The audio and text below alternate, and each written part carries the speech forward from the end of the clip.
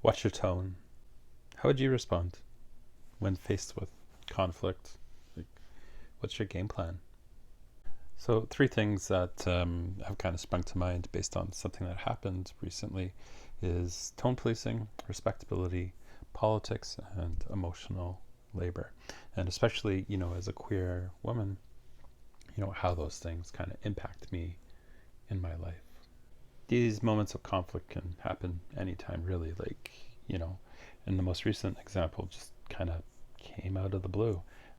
And like when you're just not expecting it, or you're passionate about something, maybe you're in a conversation, maybe you're even having a difficult conversation with someone, it comes out, and tone policing occurs, where it's not so much what you said or what the original issue is, but how you said it.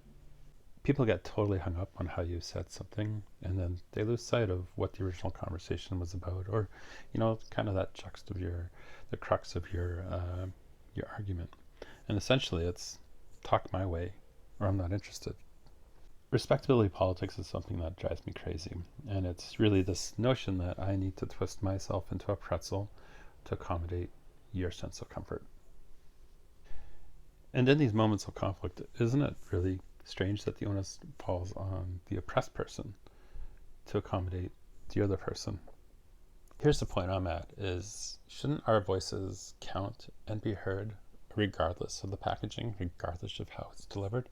Like, shouldn't our experience matter?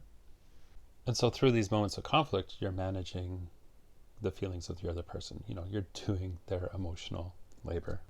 What if we questioned these dynamics, though, so you didn't have to worry about the messy fallout from someone else's feelings?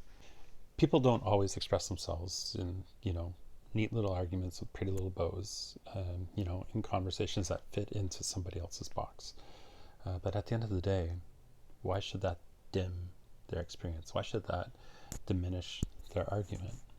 I'm living my life of authenticity now. I'm not going to shrink myself to make someone else comfortable. I did it for too long. And I really hope that, as a community, as a society, as a civilization, that we can get to the point where we can create safe spaces where people can be free to be themselves, to express themselves in a way that, the manner in which they do it doesn't rely on somebody else's sense of comfort or discomfort. And that in creating space to be authentic, maybe we can all just have a better experience and ultimately a better understanding of each other. So yeah, what do you think? How have you handled those situations when they've arisen? I'd love to know. Hit me up in the comments and let's share. Talk to you soon.